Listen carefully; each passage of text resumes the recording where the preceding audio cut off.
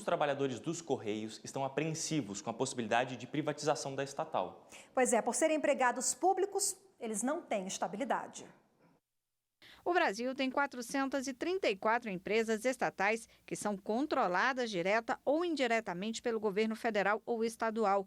Quem trabalha nesses órgãos são empregados públicos que ingressaram por meio de concurso, uma exigência constitucional. Apesar de prestarem concurso, os empregados públicos não têm estabilidade porque o contrato de trabalho é regido pela CLT.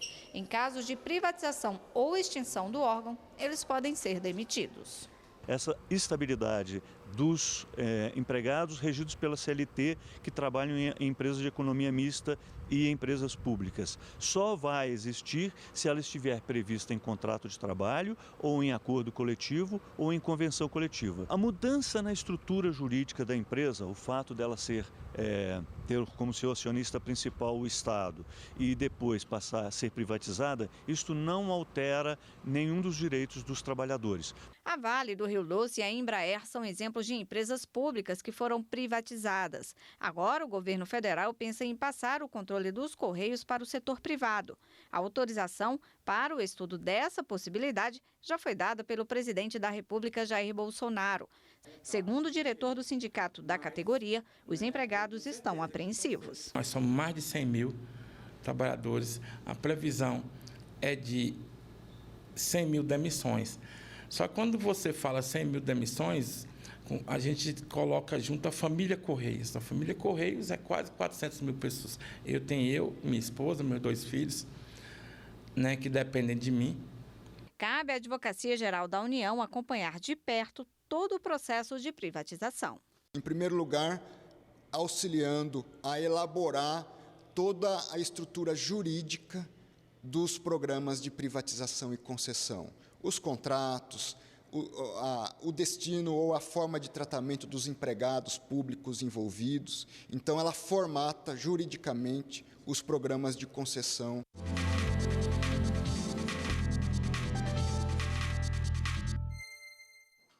E vamos continuar nesse assunto, agora conversando aqui no estúdio com o Dr. Max Kolbe, que é advogado especialista em Direito Constitucional e Concurso Público. Seja bem-vindo ao Jornal. Boa tarde. Boa tarde. Boa tarde. Boa tarde, pessoal. Bom, doutor Max, muita gente acredita que ao passar no concurso público, a pessoa ganha estabilidade para sempre, está seguro. Não é bem assim na prática, né? Não é bem assim na realidade. Primeiro, a gente precisa fazer uma distinção entre servidor público e empregado público. O servidor público, aquele que passa a ocupar um cargo público, que vai estar abrangido pelo regime estatutário, ele vai adquirir a estabilidade após 3 anos de efetivo exercício no cargo e após também passar pela aprovação na avaliação de desempenho. Já o empregado público, aquele que integra as empresas públicas e sociedades de economia mista, que estão dentro do âmbito da administração pública indireta, esses não têm, a princípio, estabilidade. Podem ser demitidos, é claro, desde que haja apenas uma motivação por parte da empresa pública ou da sociedade de economia mista. Ou seja, para o pessoal entender em casa, quem passou no concurso, o órgão é CLT e quem é da Lei 8.112, que é do servidor público. Claro, na realidade, quando se fala em administração pública direta, é quando a União, os estados, o distrito, os municípios, eles exercem aquela atribuição de forma centralizada. Toda vez que não há o interesse do Estado em exercer aquilo de forma centralizada, por exemplo, o Ministério, secretarias, ele descentraliza aquilo para a administração pública indireta, para as empresas públicas, como regra, ou sociedades de economia mista. E esse pessoal que integra a administração pública indireta será regido pelo regime seletício, ele será um empregado público.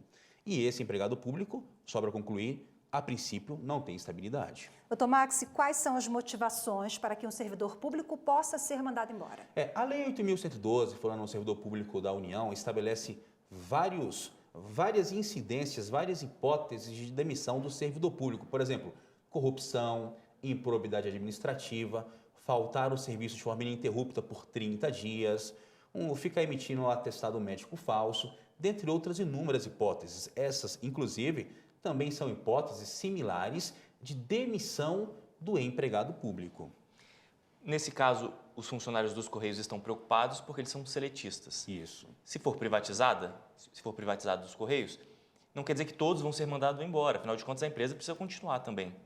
Claro, é importante deixar claro que Ainda que haja privatização, os empregados eles possuem algum medo de haverá a redução do meu salário. Olha, seu salário não vai ser reduzido, porque é uma previsão constitucional da irredutibilidade salarial.